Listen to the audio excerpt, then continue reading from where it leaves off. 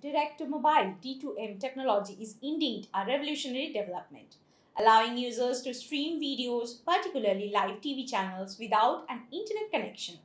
It's currently undergoing trials in India and holds exciting potential for the future of content delivery. Welcome to VAR India News Hour.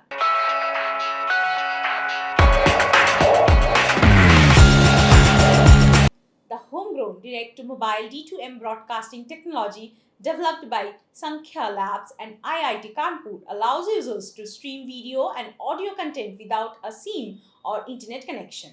The D2M broadcasting technology leverages terrestrial telecommunications infrastructure and public broadcaster assigned spectrum to transmit video, audio, and data signals directly to compatible mobile and smart devices. Trials for the D2M technology will begin in multiple cities, including Bengaluru, Karthavyapat, and Noida. It is expected to spread soon in 19 cities and made a strong pitch for reserving the 470 to 582 MHz spectrum for this emerging technology.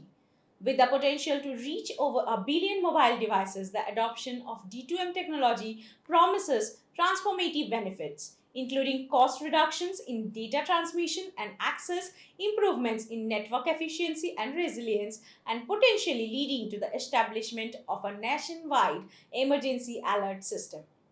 DTM transmits signals directly to smartphones from dedicated towers, akin to how FM radio works. Unlike traditional streaming, D2M bypasses internet infrastructure, making it accessible even in areas with limited or no internet connectivity. Currently, smartphones lack built in D2M compatibility. Trials involve users receiving special adapters or using modified phones. Potential benefits are democratizes content access. D2M can bridge the digital divide, making video content available to underserved areas and populations with limited internet access. Reduce network congestion. By offloading video traffic from mobile networks, D2M can ease congestion and improve overall internet speeds. New business models.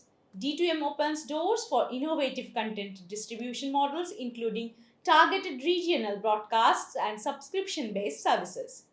Overall, D2M represents a promising leap forward in video accessibility and distribution. While challenges remain, its potential to bridge the digital divide and transform content consumption for millions is undeniable. Let's look into today's headlines. Google Messages may soon get some bird powered features. Having updated the default messaging app on Android, Google Messages, with several new features over the past year, Google is reportedly now planning to integrate its AI powered chatbot Bard to the app. Bard in Google Messages is expected to help users write messages, translate languages, identify images, and explore interests. The bird powered features will be similar to ones available with Assistant in Google Allow instant messages servicing. Elon Musk's Starlink is scheduled to debut in India shortly. Elon Musk's SpaceX company Starlink is supposedly about to get approval for satellite powered internet services in India. After requesting clarification on shareholding patterns, the Department for Promotion of Industry and Internal Trade DPIIT anticipates that Starlink will be approved within the next few days. 21 additional Starlink satellites were recently launched by the aerospace business. Dream 11 declares strong financial results for final year 23, bringing in Dream 11 declares strong financial results for final year 23, bringing in 6,384 crore rupees in revenue. The fantasy sports website Dream 11 released strong financial results for the 2023 fiscal year, bringing in healthy revenue of 6,384 crore rupees. Additionally, the business reported a notable 188 crore rupees profit after tax. These numbers demonstrate Dream 11's continuous development and success in the cutthroat video game market.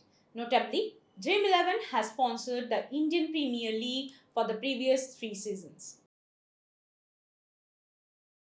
Microsoft blames an organization backed by the Russian state for stealing emails belonging to its staff.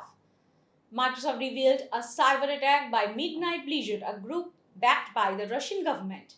The firm executives and cybersecurity teams' accounts were accessed by the breach, which was discovered on January 12th. Beginning in November, the hackers used a password spray attack. Interestingly, no consumer information was exposed. The organization blamed the security lapse to nation state entities inquiring about its awareness of their undertakings. OpenAI CEO foresees billion-dollar AI chip manufacturers.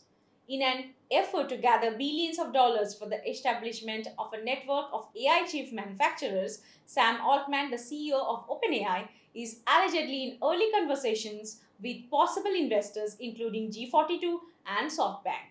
The idea is to increase OpenAI's capabilities and produce chips. The venture's complete roster of partners and funders has not yet been finalized, despite ongoing conversations.